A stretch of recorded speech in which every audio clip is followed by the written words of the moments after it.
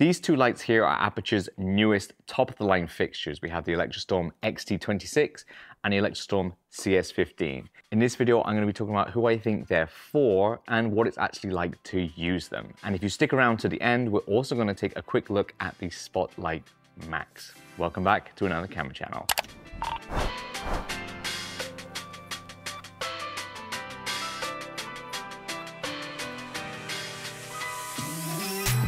Right off the bat, I've got to say that these lights are super special, and I really think a lot of you are going to love having these lights in your kit, if you can afford them. The CS15 is listed at $6,990 US, and the XT26 is listed at $7,990 US. High prices, but also the highest output lights we've ever seen from Aputure. It's been a joy using them both. Starting with my favorite one, the CS15. CS stands for color spectrum, and it's around a 1500 watt light with probably a max power draw of 2000 watts. It uses the same double white chip and RGB technology from the newest Amaran line lights, and it's Aputure's highest scoring SSI fixture to date. The XT26 on the other hand is a bicolor fixture, X, with T for tint control. It can do plus or minus 0.5 green or magenta. It's a 2600 watt light with a max power draw of just over 3000 watt. Both are IP65 rated for water and dust resistance. So let's start what's new with these lights. So we have a new mount called the Aputure mount or A mount. So you can push this in here. If I twist this off, you can see right here, we have this new Aputure mount on the outside. On the inside, we have a Bowens mount. And what's special about this Aputure mount is it is electronic, as you can see by the contacts on the front cap and the pins here. And what that basically means is these lights have an intelligent feature where they can know what's on the front of the light, so what kind of accessories you're using. And what that allows the light to do is adjust its output to match what kind of accessories on the front and correct for any variations that might be introduced by that accessory, which is pretty cool if you care about your lighting accuracy. Besides that, we have this new double yoke design, which is really good because these are very, very heavy. The yokes have this locking feature with two latches, so it's quick to put on and take off. And there are more electronic contacts on the bottom for controlling the mechanical yoke. And you can see on the design of the yoke here, we have a nice RGB colored one for the CS15 and a more plain, just shiny one for the XT26. Now, as you can tell, these are very large and actually the same form factor for both of the lights, which is by design because they want to have all the accessories and everything work in between everything. The yokes are removable, and you can see that later on with the Spotlight Max. You basically connect this head to the Spotlight Max and use its yoke instead. So no more extra yoke hanging off the back. This is the power cable which comes with the XT26. I really like that they've got really long power cables, and it has a lot of pins. A lot of pins in there to send all that information back and forth. And even the cable itself is pretty heavy. Taking a look at this ballast though, this is the 26. Let's see if I can lift it up. There you go. It's big. It's really big. It has a ton of connectivity, different ways to power it, lots of stuff like DMX, in, LAN cables, USB, and it also has at the back a type of a quick release kind of clamp, which allows you to connect it to the cart which comes with it when you buy the light. Both the ballasts are the same size. The only difference is the power cable that goes from the ballast to your outlet. So the CS15 one looks like this, and this is what the XT26's power cable looks like. Now, with these being very large, you have to also think about what is going to hold your light up, so in terms of grip. But there is no other way to mount this other than the junior pin here. So there's no baby pin here. There's no hole either. So if you don't have anything which takes a junior pin like this, you can't mount it to anything else. So you need a minimum a combo stand. If you're gonna put it up on a ceiling or mount it anywhere, you're gonna need something which obviously takes a junior pin. So we had to purchase a new piece of equipment to deal with that since we couldn't mount it to what we have currently on our studio ceiling. Now I must say I've had a really good time using these lights. Compared to what we have ourselves, we have a bunch of Novas, P300Cs, and we have a few 600Ds. These blow them away obviously in terms of output, which is really good. We've rented 1200Ds before, when we need more firepower than our 600Ds. But these, again, there's no real comparison really. These are so much brighter. And what I really love about the CS15 is it has all those RGB color capabilities that you get with the panel lights and also that you get in the Amaran 300Cs. This is why out of the two, if I was to pick one, I would go for the CS15. And there's more reasons than just the color. That being probably the main reason though, if you've ever used a 600C and you found like the RGB wasn't as bright as you wanted, like this is definitely gonna be exactly what you want. It is absolutely amazing. One of the main benefits for me for having a CS15, I think, is because you can still run it off, well, at least in Korea, you can still run it off normal household power. It's not gonna blow any circuit breakers. So that's like a huge plus. But with the XT26, what we found is with the cable that we've been provided with to test with, you need a special kind of connector, and it's like a 30 amp connector. And if you don't know what this is, you're probably not ready for this kind of light yet. That's certainly the feeling that I've got, is that this is a great light, it's super powerful, but I think the type of studios and the type of work that we do, which is small to medium kind of size jobs, this would be great, but like you kind of need dedicated power, like a real power source, and you can't really like take it into someone's house and use it. But because this draws so much power, and its max output is like 3 kilowatts, you really need to plug it into a dedicated circuit. That will just trip the breaker instantly, pretty much. You're probably not gonna be able to use this at full power. So I think that's one of the downsides. Obviously, like a lot of people want more power out of these lights. And to get more power, you need bigger cables, you need better power infrastructure. And I find that the work that we do currently, we don't go to a lot of studios which have that kind of connector. So this is less of a want for me. This is like perfect. So over the past week, we got to use them on interviews. We did a few dance cover kind of like stage videos. And we really fell in love with the CS15 because of that color functionality. Having this connected to our Novas via DMX and using something like Luminaire, making these sequences and like all the effects that you can do, strobing and the color changing was amazing. Like it was way better than just having a plain white key light. A little boring, right? So that really made us fall in love with this light. With the XT26, on the other hand, because we installed like the special connector to make this work at full power, we were using it more for like pushing it through the Spotlight Max into like CRLS reflectors from Lightbridge, giving us more of a backlight or a nice kind of wash over the room. That's what we kind of use it for. And having the, the full CCT range with the magenta shift and magenta green shift is really nice. It is really powerful, and we didn't really need to have it at full power because it was so bright. I would have liked to have used it during the interview settings, but again, I didn't know if this studio had the right connector, so I couldn't bring it. And we did have to fit everything into quite a small car. And as you can see, these units are really large, especially with the ballast as well. 2 sets of them really takes up nearly all the pretty much all the space in the car. So it wasn't really an option to take both. So we stuck with the CS15 and no regrets there. So going back to the new A mount that are on the lights with the electronic connectors, I have noticed inside this link, when you connect to these lights, you do get a new page called Motion, and you can control the F14 for now, and the electric mechanized yoke. So you can control like pan and tilt.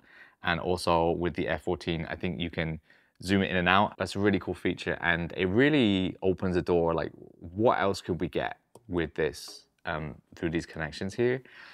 In the Spotlight Max, there is the gobo holder, which has a rotatable cog. What would be really cool in the future, I don't know if this is actually gonna happen, but what if that was able to be controlled via, the app? So what if you could spin the gobo or control the spin of the gobo via Sidus Link? That would be really cool. I think that would be really nice. Another cool thing about having this connectivity is that it knows when this cap is on.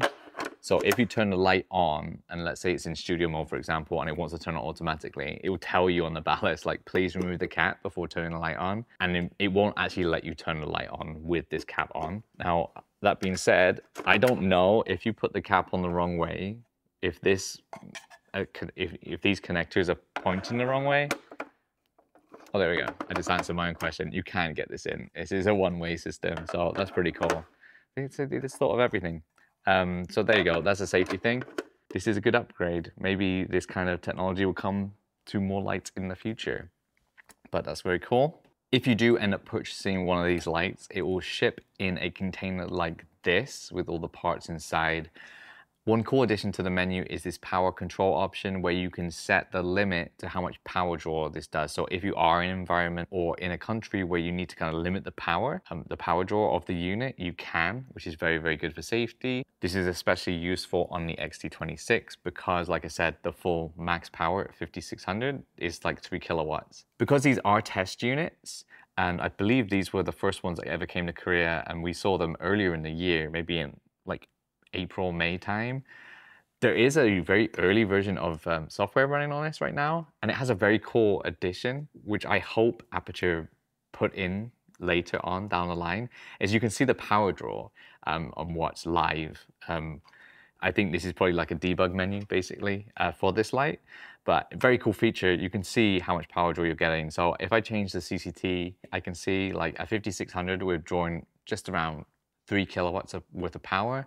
But if I change the CCT down each way, you can see that that power draw decreases. So just a useful piece of data. It doesn't look too nice in this menu because I think it's just, they just kind of threw it in there.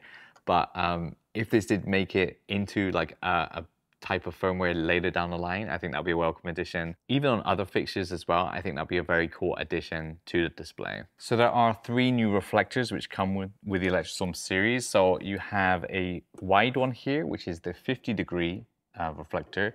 This is the smallest one. And you can see that there are some connectors here for maybe a type of barn door. I'm not sure. I wasn't actually given anything to test. And then we have the medium here, which is, I believe, is a 35-degree reflector. And there is one more, which is the narrow one. Unfortunately, I wasn't given that to test out, but you can see in this footage here what it looks like. It is very, very large. It is very long. So yeah, these are the reflectors which are designed specifically for the Electrostorm series. Since this is the light that I use the most out of the 2, I should probably talk about this one a bit more. It's very easy to use, as we said before, with this kind of connector with the lots and lots of pins. You can't really get this wrong. It has a nice white line to show you how you're meant to plug it in. You just put it in here like this, and then you twist to lock it. As soon as you hear that click, it is connected. Now, I keep saying it's very heavy, but it is manageable. I managed it by myself, taking it up on lifts, scissor lifts to connect it up to the ceiling. That was manageable. I think the hardest thing that I encountered was taking it on and off like stands which were above like head height. Trying to pick it up and balance it can be a little bit difficult. But overall, I would say it is manageable by yourself. Obviously, it is useful to have someone to help you. But if you need a free gym membership, getting one of these is definitely going to help you out at the gym. It does have a useful handle at the top for carrying, and the yoke is removable. I'm not sure about how much the electronic mechanized kind of yoke weighs, but that does look pretty chunky, but it also kind of looks a bit plasticky on the outside, so I'm not really sure. Honestly, like I don't mind the size and the weight. If you have the right kind of equipment to deal with this kind of stuff, then perfectly fine. But I could understand if you're going to be, you know, moving around 10 of them and setting them up, you might get tired, who knows. But if you just have the one, I think you'll be perfectly fine. We personally really like it. So this is the Spotlight Max. As you can see, we have the XT26 attached on the back via the Bowens mount here. So this is Aputure's newest Spotlight, and it is designed for anything from the 600 upwards. The previous Spotlight was really only designed for the lower level fixtures, mainly the 120D, but it could take the 300D and obviously the 600s. You could kind of use it with the 1200D. It wasn't like it's going to melt anything, but like you weren't gaining anything in terms of output apparently. So this one is designed to work better with the larger optics of those larger lights, and it also includes the Electrostorm series. So it is larger than the previous spot mount. You can have a choice of 3 different lenses. At the front, you get a 19, a 36, or a 50. And we'll show the differences in sizes right now. If we spin it around, you have 2 knobs here, one at the bottom, one on the side, and that is for adjusting the lens, like this. It has 4 sets of cutters as well, and takes gobos. And at the top here, you can slide this open, and this reveals the hole for either the gobo holder, which has the rotating gobo technology here. And you can put it in like this and secure it with the pin, like that. And that will rotate the gobo. Or you also get this iris blade here, which is pretty cool.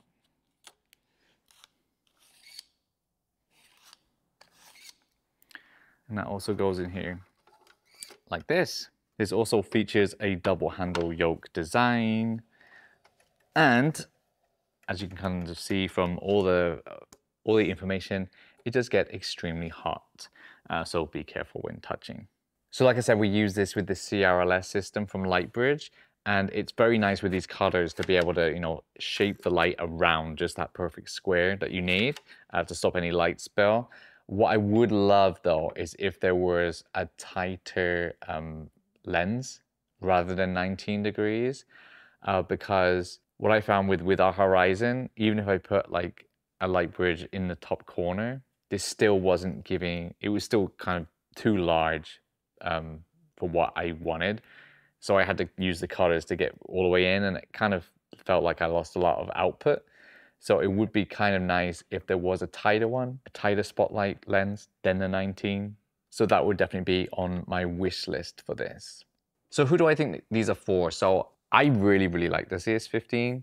I believe this is like a perfect light for someone who does work like we do. If you want color functionality, if you want a nice CCD range with 10 and a high SSI score, like this is going to be the light for you, especially if you need something that's going to stay within the kind of normal household power limits. This is going to be the best light out of the two, absolutely for sure.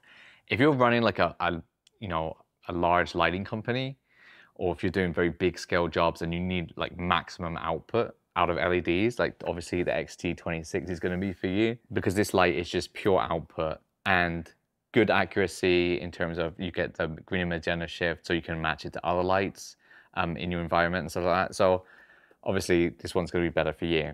But because these are so large, you're probably going to need some, especially if you get more than one, you're going to need a van or some kind of big transportation to move these around. But for us personally, we love the CS15, and I think we will be picking one up hopefully early next year. If you like this video and you want to see videos like this, let me know in the comments below, and please subscribe to the channel. The more views and likes and engagement we get on these types of videos, the more likely it is that I can borrow more equipment like this in the future to make these kinds of videos. So please support the channel, and hopefully the information you get from these videos is useful to you. That being said, comment down below and tell me which of the two lights you prefer and which one would suit your type of work better. I want to say thank you to Changsoo from Aputure Korea for lending us all this equipment for this video. Thanks for watching this video, and I'll see you in the next one.